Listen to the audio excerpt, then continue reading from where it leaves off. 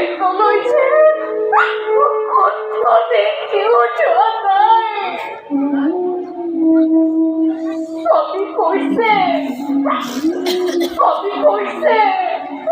ভিক্ষাৰ পাত্ৰ হাতত লৈ ভিক্ষা বিচাৰিয়েই গৈছে।